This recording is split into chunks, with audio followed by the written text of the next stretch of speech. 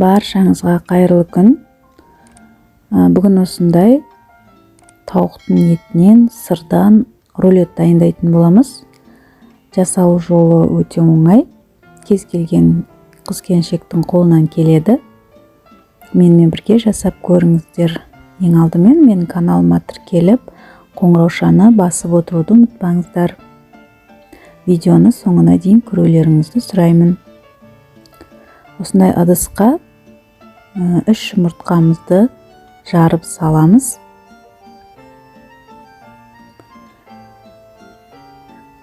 Оның үстіне терканың майда жағымен өткізілген сырды салып, шанышқының көмегімен араластырып,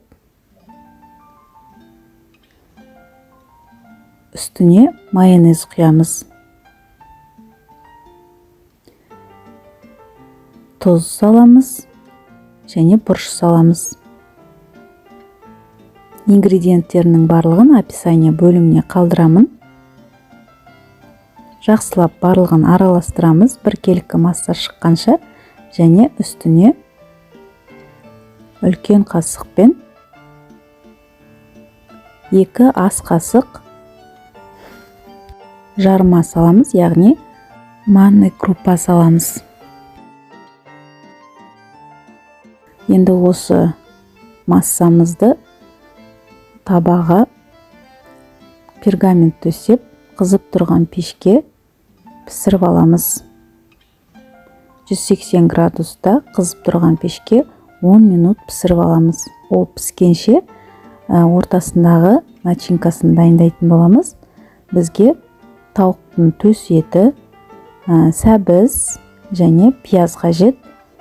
Осыларды блендерден өткізгенге ыңғайлы етіп турап аламыз.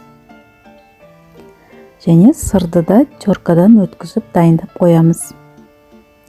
Енді осылардың барлығын блендерден жақсылап езіп аламыз. Осылай езіледі. Ендігі кезекте сәбізді де өткізіп аламыз.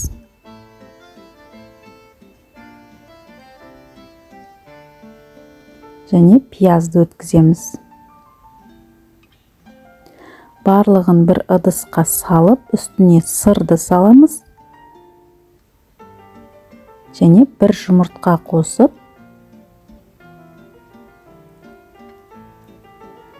қолмен араластырғанды жөн көрдім. Және бұрыш, тұз, қалауыңызша саласыз. Біздің рулетіміздің сырты дайын болды. Енді начинкасын ортасына осылай жағып салып шығамыз.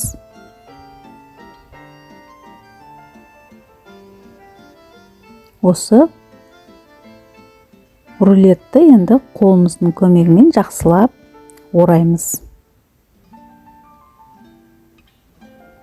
Міне. Сыртындағы пергаментке орап тағы да оның сыртынан фольгамен ораймыз. Барлық жері жабық тұруы керек. Фольга болмаса пергаментпен орасаңыздар да болады. Осылай екі шетінде жауып, қызып тұрған пешке табамызға салып рулетті 40 минут пісіріп аламыз. 180 градуста. Біздің рулетіміз пісті. Міне ортасындағы сыры еріп, рулетіміздің түсі сап-сары болып, әдемі болып шықты. Енді турап көрсетейін сіздерге. Міне іші осындай болады. Жегенде де өте дәмді болады. Тура осы рецептпен жасап көріңіздер. Қонаққа қойғанға, ассорти жасағанда бір шетіне осыны қойсаңыздар өте керемет болады. Видеоны соңына дейін көргендеріңізге рахмет. Сіздермен бірге болған Гүлнұр Темировна.